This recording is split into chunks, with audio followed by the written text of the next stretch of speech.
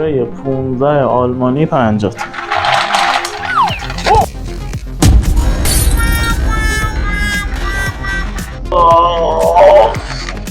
چی بود این بالا افتاد؟ گوشن 2 اینچ، گوشن‌های برنجی تو سایزهای مختلف از سایز 1/8 تا 2 اینچ. شانس ما 2 اینچ افتاد رو سرم.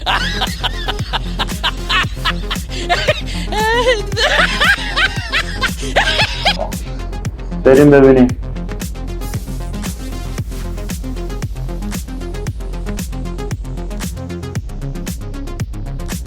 گوشن‌های برنجی تمام شمش، سایز 1/8، 1/4، 3/8، 1/2، 3/4، 1 اینچ، 1 و 1/4، 1 و 1/2 و 2 اینچ.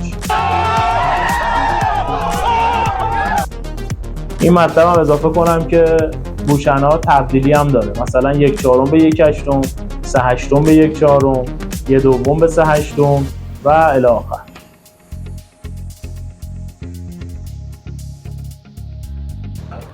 دوستان لایک فراموش نشه، کامنت بذارید واسمون، ما رو حمایت کنید. اگر که این ویدیو به دردتون خورد برای دوستانتون هم ارسال کنید.